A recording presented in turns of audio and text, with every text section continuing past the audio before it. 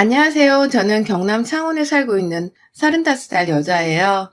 글 쓰는 일이 직업이긴 한데 제 결혼 생활에 관한 일을 사연으로 보내려니 괜히 가슴이 쿵쾅거리네요. 건너 건너 알 사람들은 다 알고 지내는 지방 동네인지라 많은 걸 자세하게 설명을 드릴 수는 없지만 제가 직접 보고 겪었던 저의 결혼 생활 3년간의 일들을 허심탄회하게 이실 찍고 해보려 합니다. 그럼 바로 사연을 시작할게요. 저희 친정은 부산이지만 저는 어릴 적부터 서울에서 학교를 다니고 살았습니다. 친정아빠는 부산에서 사업을 하시는 분이셔서 지역 이동을 전혀 하실 수는 없으셨지만 엄마는 교육률이 조금 넘치는 분이어서 저랑 저희 오빠를 데리고서는 서울로 따로 나와서 사셨어요. 경제적으로 상당히 여유가 있는 집안이고 아빠가 할아버지께 물려받고 관리하던 건물이 부산과 창원에 몇 채가 있었는지라 저는 어릴 적부터 부유한 가정에서 나고 자랐습니다. 그거 저도 잘 알고 있었고, 그래서 자라면서 경제적인 곳으로는 한 번도 부족함을 느껴본 적이 없었어요.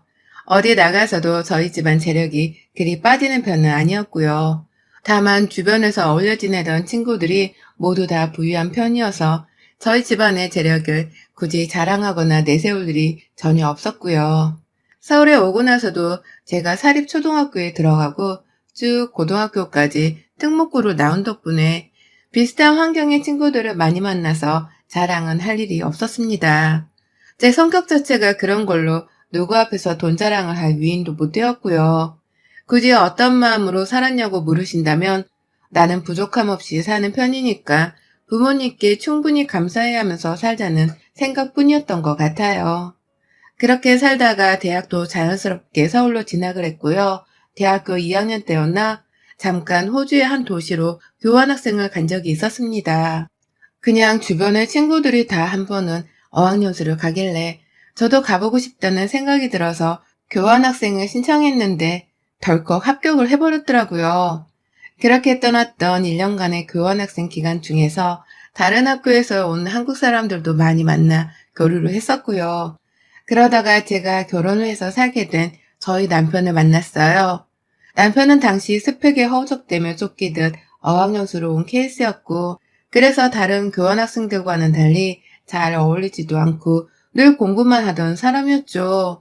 경제적으로 여유가 없는 건지 다 같이 어디 식당으로 밥을 먹으러 가거나 캠퍼스 내 카페에서 커피 한 잔을 할 때에도 늘 자리를 피하는 사람이었고, 그래서 저에게는 유독 신경이 쓰이는 남자였습니다. 제 주변에는 그런 식으로 어울림을 피하거나 돈을 아끼는 사람이 별로 없었기 때문에 저로서는 괜히 시선이 갈 수밖에 없었어요. 물론 이런 생각은 당연히 저 혼자 속으로만 했었고요. 그냥 그렇게 지내다가 교환학생을 끝내고는 한국으로 돌아왔습니다. 다른 대학생이었던 남편은 그대로 페이스북 연락처만 알고서는 더 만나지는 못했고요. 그러다가 제가 서울에서 대기업에 취업을 했고 부산 출장을 가게 되면서 남편을 다시 재회하게 되었어요. 그게 결혼하기 딱 2년 전이었는데요. 당시 남편은 학교를 졸업하고 본인 본가가 있던 창원으로 내려와 있다가 부산에서 취업을 하게 돼서는 직장을 다니고 있었더라고요. 각자 미팅을 하다가 해운대 바다 앞에서 지나치듯 마주쳤고 거기서 연락처를 구해서는 연락을 시작했어요. 제가 부산 출장을 하는 동안 저희 친정집에 묵고 있었는데 저녁마다 집에 안 있고 밖에 나가서는 남편을 만났고요. 그렇게 데이트를 시작했다가 장거리 연애를 하던 도중 결혼을 하게 되었습니다. 남편이 창원 가서 같이 살자고 저한테 프로포즈를 해줬거든요. 굳이 회사를 다니며 돈을 벌 이유가 없었고 또 회사를 다니면서 여러 가지 일들로 힘들어하던 중이었던 저는 그게 마치 저를 구원해주는 동화줄인 것만 같아서 기쁜 마음으로 남편의 프로포즈를 받았어요. 그리고 나서 결혼을 하겠다며 창원에 있는 시댁으로 인사를 드리러 갔었습니다. 저야 뭐 바로 옆에 친정이 있는 부산이 있었기 때문에 그리 부담스러운 방문은 아니었고 시댁에 인사를 드리고 난 후 바로 저희 친정에 갈 참이었죠. 그런데 그날 시부모님께서는 여러 가지로 저를 마음에 안 들어 하셨어요. 일단은 제가 고향은 부산이라고 하는데도 서울말을 쓴다는 것에서 불만이 가득이셨고요. 처음 인사하며 대화를 나눌 때부터 근다와 자꾸 서울말을 쓴디 일부러 그러는겨? 라는 식으로 몇 번이고 제 말투를 문제 삼으셨어요. 그 바람에 저는 어릴 적부터 서울에 가서 학교를 다니고 서울 친구들과 쭉 교류를 하면서 서울말이 충분히 익숙해진 상황이었음에도 불구하고 당시 예비 시부모님이나 다름이 없었던 두 분의 눈치를 보면서 고의적으로 사투리를 쓰려고 노력해야 했죠. 하지만 시부모님이 저에게 느끼는 불만은 그뿐만이 아니었어요. 제가 혹여나 앉고 일어서는 데에 몸이 불편할까 싶어서 치마가 아닌 바지를 입었습니다.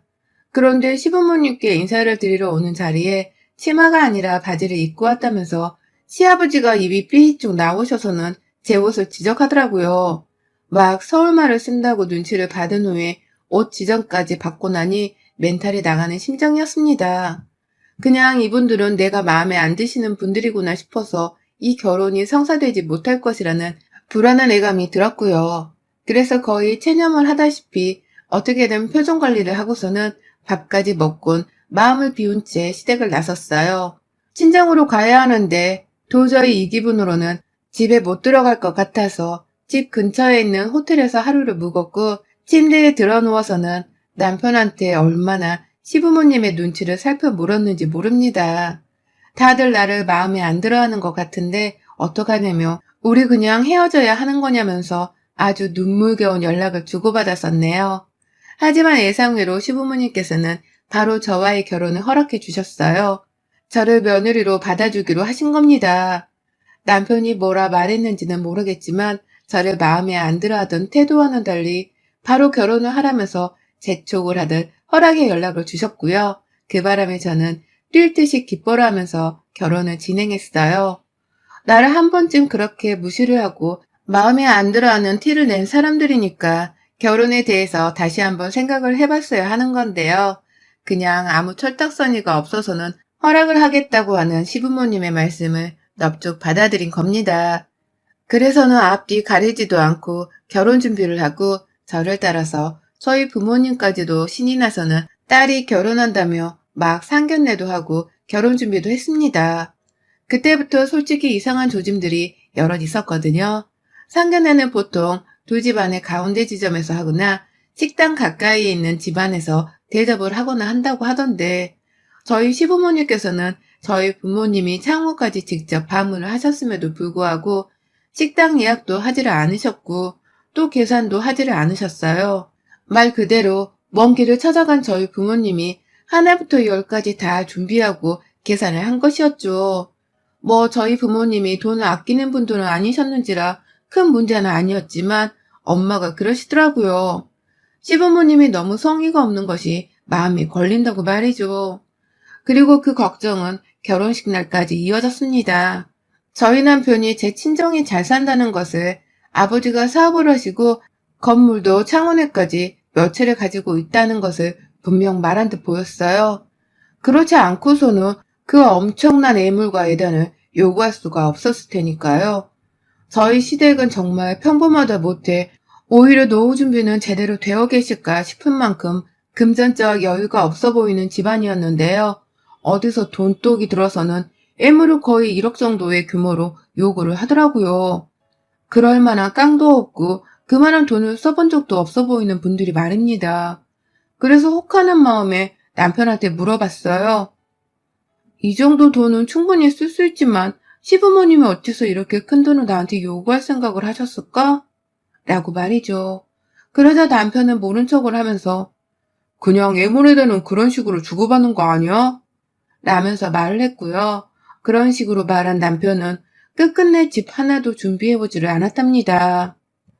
처음에 창원 내에 아주 조그맣고 허름한 아파트 한 채를 신혼집으로 하겠다고 사려고 하는 바람에 그거를 보다 못한 저희 부모님이 그냥 한 채를 사주겠다며 제 명의 앞으로 브랜드 아파트 한 채를 주셨어요.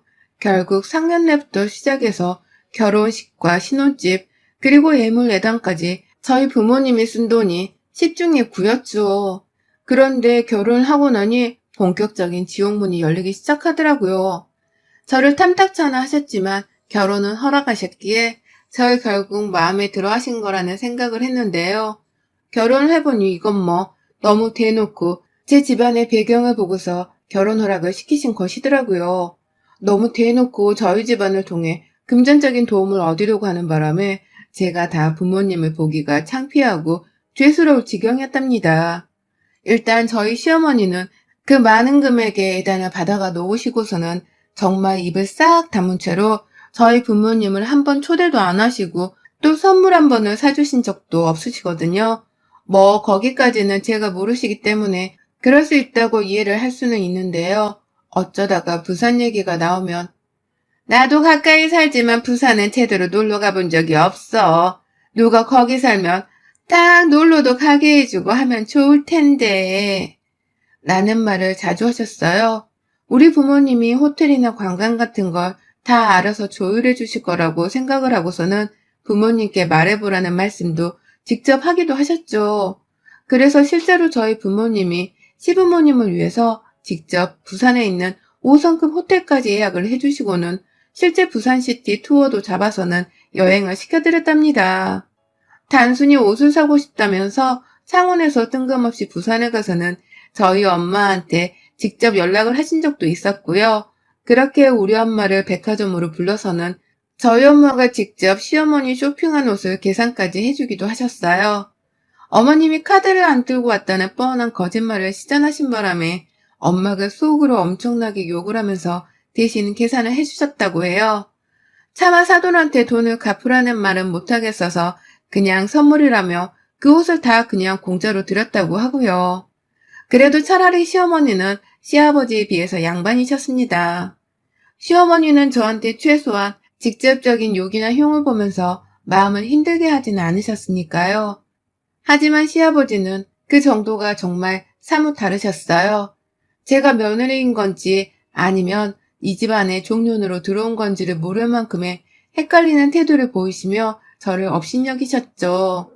저희 시아버지는 저희 부부가 결혼을 하기 몇 년 전에 이미 다니던 회사에서 조기퇴직 같은 걸 당하시고는 강제적인 백수가 되신 분이셨거든요.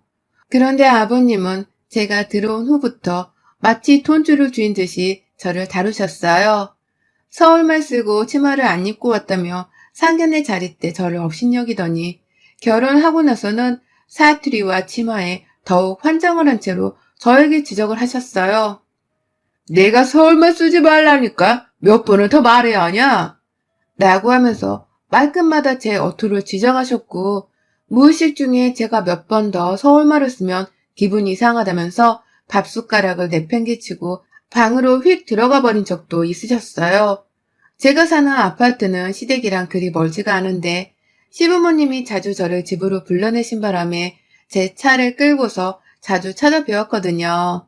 그러면 늘 입구서부터 우리 아들 차는 안 바꿔주고 며느리 차는 쓸데없이 비싼 걸로 사줬구만 라고 하면서 불만을 토로하고는 시댁 안에서는 말투 지적에 옷 지적까지 정말 제 멘탈이 바사삭 부서져 버릴 뻔한 순간들이 여러 찾아왔었습니다.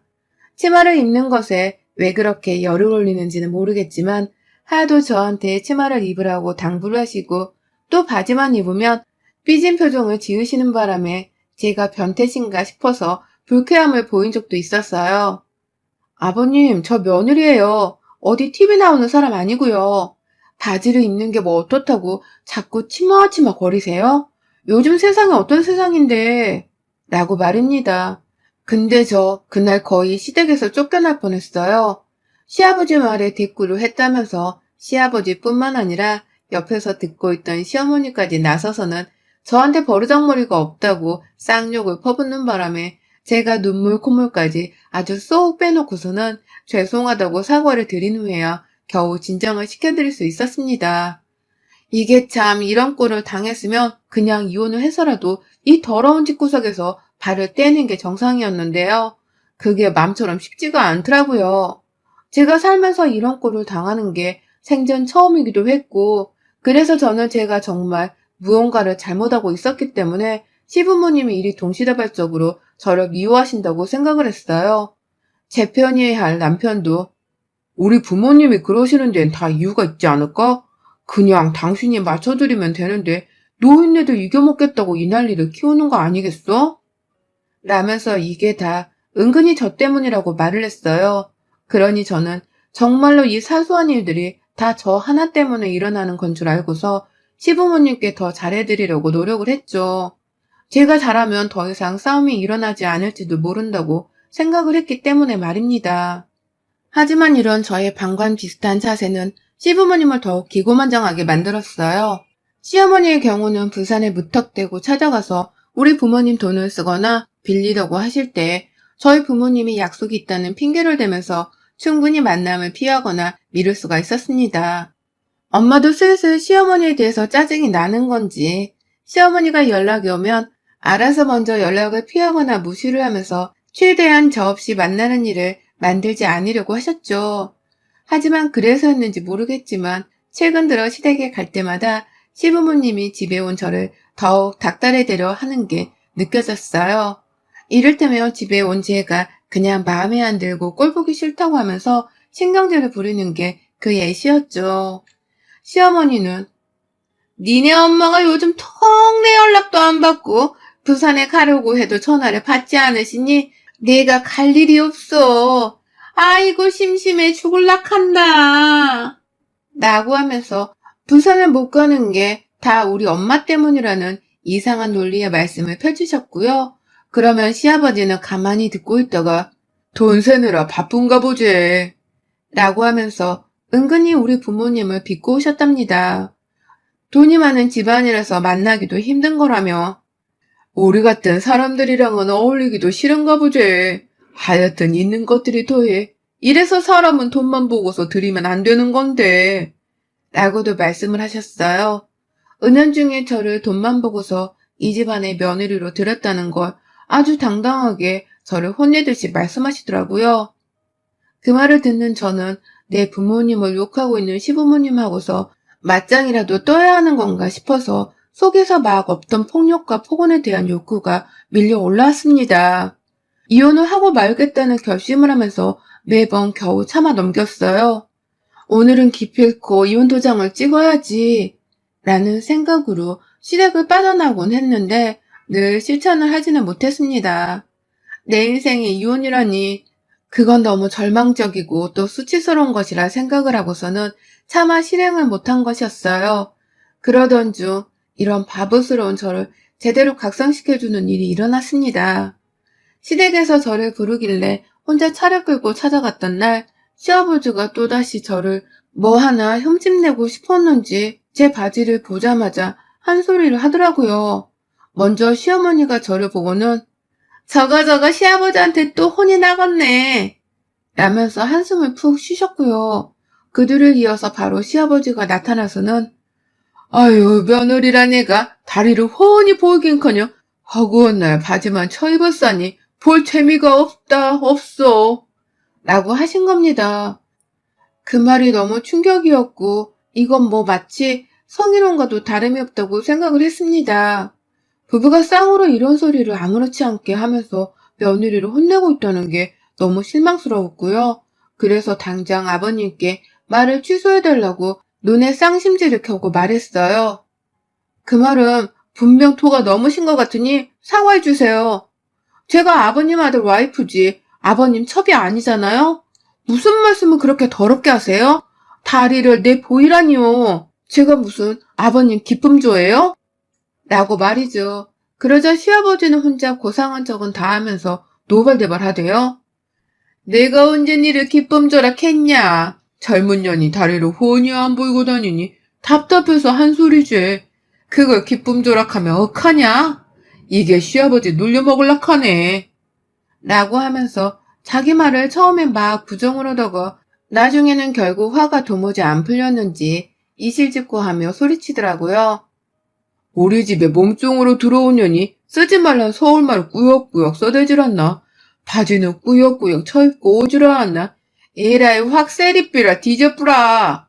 라고 하면서 막 저를 따라 서울말을 쓰려고 하다가 사투리가 나오고 정말 요상한 어투를 쓰며 흥분을 해서는 저한테 확 뒤져버리라는 말을 하셨어요. 그게 경상도에서는 꺼지라는 소리이기도 했는데 저는 그냥 뒤져버리라는 말로밖에 들리질 않았어요. 그러니 저는 정말 그 자리에서 시댁을 나왔습니다. 몸종이라 한 거 제가 다 녹음했습니다. 가만 안 둘 깁니다. 싹 다 고소해 불락합니다.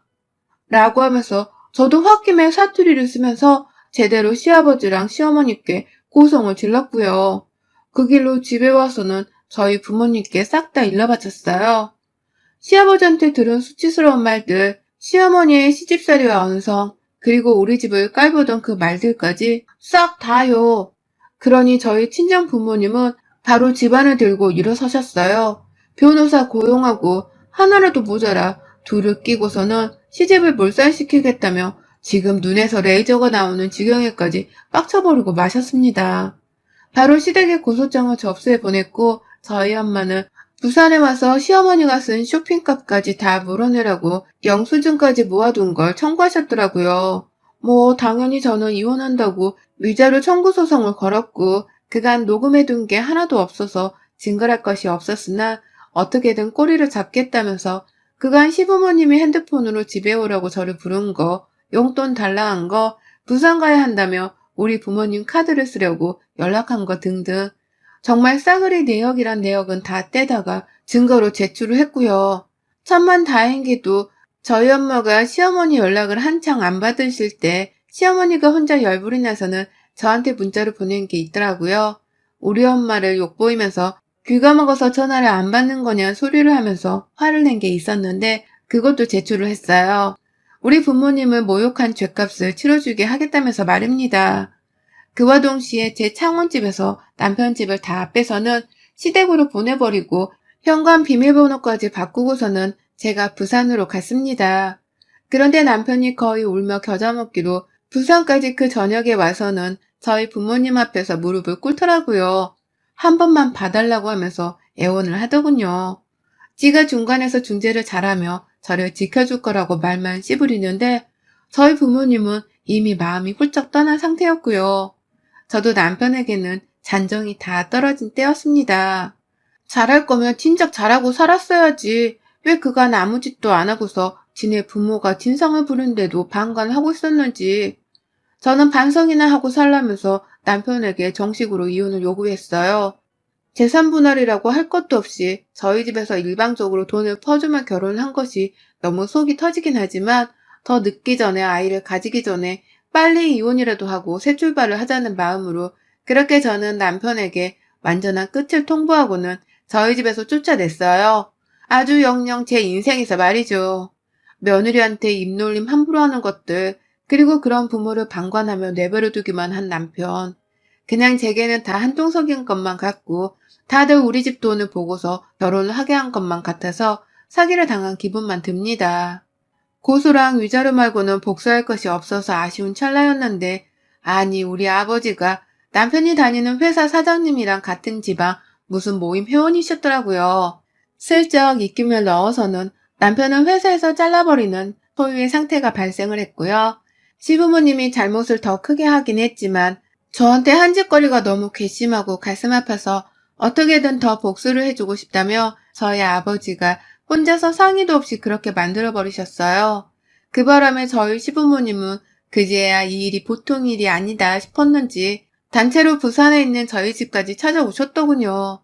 아들내미까지 직장에서 잘리고 이혼까지 하면 다 늙어 고생하며 살아야 한다고 이혼을 취소해달라고 사정을 하는데 끝까지 저한테 미안하단 말은 제대로 하질 않은 채 본인들 미래 걱정만 하는 게 참 재수가 없었습니다. 그러니 저희 부모님도 절대로 봐주지 않겠다면서 고소는 그냥 진행하겠다는 윽박을 지르며 시부모님을 더 매몰차게 쫓아냈고요. 지금 저희 가족들은 아주 이를 갈면서 이것들 돈으로 홍군형을 내주겠다 벼르고 있네요. 아, 소송하고 위자료 받게 되면 시부모님이란 실직한 남편은 그 돈을 또 어찌 준비할지 상상만 해도 너무 신이 납니다. 그동안 저는 이제라도 자유부인이 된 걸 만끽하면서 잘 먹고 잘 살고나 있어야겠어요. 여러분의 생각은 댓글로 남겨주세요. 오늘도 시청해주셔서 정말 감사합니다.